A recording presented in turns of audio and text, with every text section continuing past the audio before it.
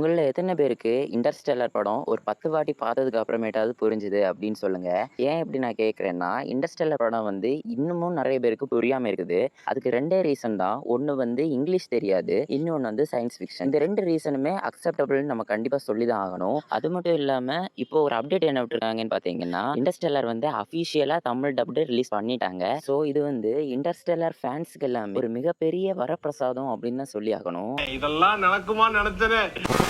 அது மட்டும் இல்லாம, இந்த படத்துல இன்னொரு ரீசன் என்னன்னு பார்த்தீங்கன்னா, சயன்ஸ் ஃபிக்ஷன். இந்த சயன்ஸ் ஃபிக்ஷன் என்ன அப்படின்னு பார்த்தீங்கன்னா, நீங்க படம் பார்க்கும்போதே ஒரு 3 டைரக்ஷன்லேருந்து உங்கள குழப்புவாங்க. Relativity, time, gravity. இந்த 3யும் போட்டு உங்கள பிரெயின குழப்பி எடுத்துருவாங்க. இந்த 3யும் பத்தி நமக்கு நாலேட்ஜ் இருக்கான்னு பார்த்தா, தெரியாதே.